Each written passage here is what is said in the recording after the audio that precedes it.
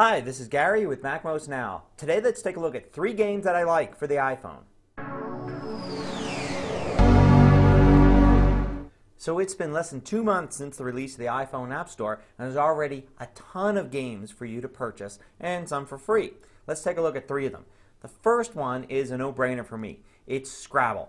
It's an official version of Scrabble, and I love this game, and I love it as a computer game. I've owned versions for the PC, for the Mac, and even for the iPod. So let's take a look at the iPhone version of Scrabble.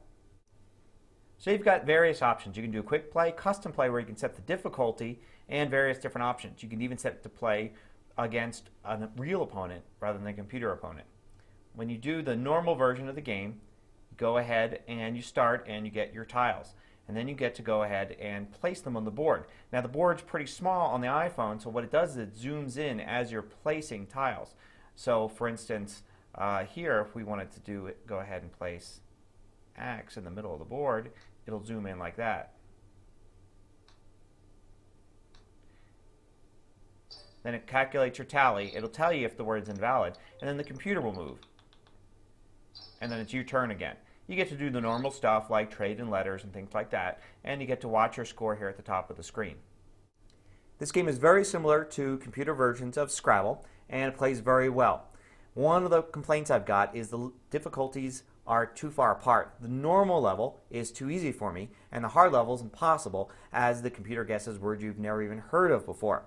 So there needs to be more tiers in there. Besides that, it's a pretty good game. Not only is it fun for Scrabble players, but it'll help improve your game. It will set you back the full $10 though, so it might just be for Scrabble lovers. So next, here's a game from an independent developer. It's good to see that independent developers are doing well with iPhone apps just as well as the large publishers. This game is called Galcon, and it's basically a strategic conquest type of game in a space setting. But it's more than that because it's played at an arcade pace. Let me show you. Show the many different levels of gameplay and game variations. But the basic level with Classic looks like this. You get a bunch of different planets. You're the green over here, and then there's the orange enemy over here. And what you do when you start is you send your ships to other planets by simply tapping and dragging. When you do that, you take over the planets. The larger the planet, the quicker you're going to be able to produce ships. And your goal, of course, is to eliminate the other guy completely. You can do that by sending your ships to his planet and taking it over. Once you've done it, you've won. So Galcon is a great twist on a strategy game played in real time. It's simple enough that it's quick and easy to play, but the higher difficulty levels, it can be quite challenging, and there's plenty of game variation as well. It's also $10 from the iPhone App Store. Another game that's quite interesting by an independent developer is called Aurora Feint. Now, this is kind of an adventure game, role-playing game, but with a lot of puzzle game elements to it as well. And there's also an online portion. Let's take a look. So the main part of Aurora Feint includes this big map. And from the map, you can go several different places. You can go to, for instance, the mine. And the mine has the main game in it where you can actually go ahead and earn points by playing this simple block moving game. And what you need to do here is basically move the blocks in such a way so that it lines up 3 in a row, like so.